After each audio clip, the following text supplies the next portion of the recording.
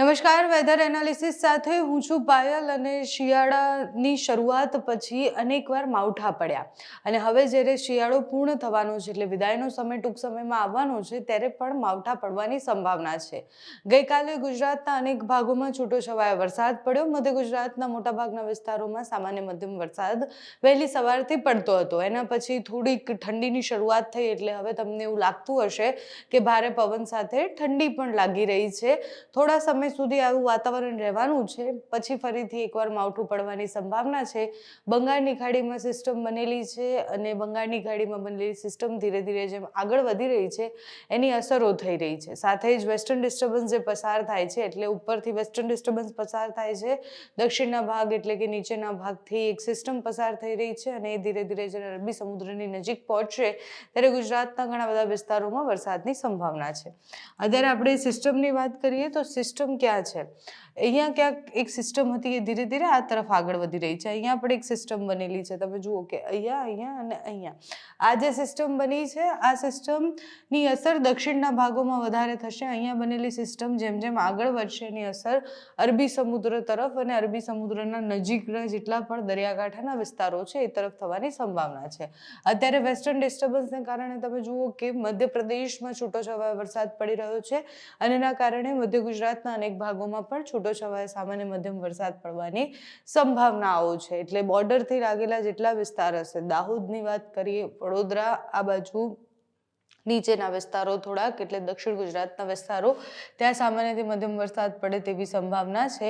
મધ્યપ્રદેશમાં અત્યારે આ સિસ્ટમની અસર તમને દેખાતી હશે. રાજસ્થાનમાં પણ અનેક ભાગો એવા છે કે જ્યાં વરસાદ પડી રહ્યો છે એટલે મધ્ય ગુજરાત અને ઉત્તર ગુજરાતના ભાગોમાં છૂટોછવાયો વરસાદ પડે તેવી સંભાવનાઓ છે.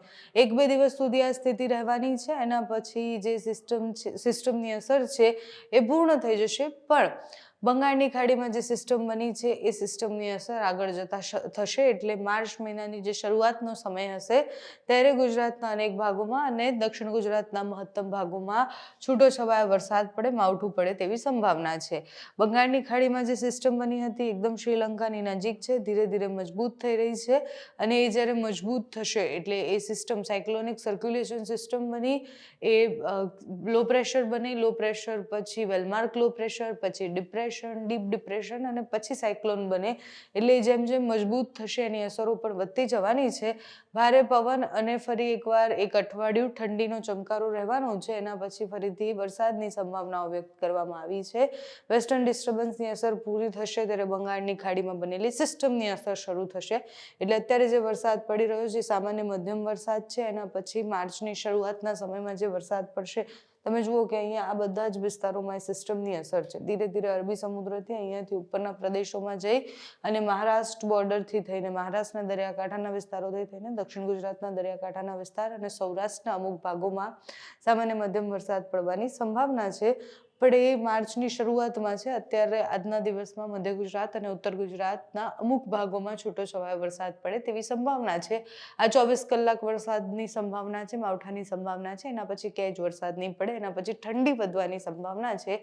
હવામાન વિભાગ, હવામાન નિષ્ણાંત બધાની આગાહી પ્રમાણે ગુજરાતમાં હવે માવઠાનું એક રાઉન્ડ આવશે, એના પછી શિયાળા એટલે કે ઠંડીનો એક રાઉન્ડ આવશે અને પછી શિયાળો વિદાય લે તેવી સંભાવના છે. એટલે મિડ માર્ચ સુધીમાં વાતાવરણ બેવડું જ રહેવાનું છે. ક્યારેક ઠંડી પડશે, ક્યારેક માવઠું પડશે. માવઠું પડવા માટે અલગ અલગ સિસ્ટમોને કારણે એટલે જે સિસ્ટમોની અસર છે એને કારણે ગુજરાતમાં માવઠું પડવાની સંભાવના છે.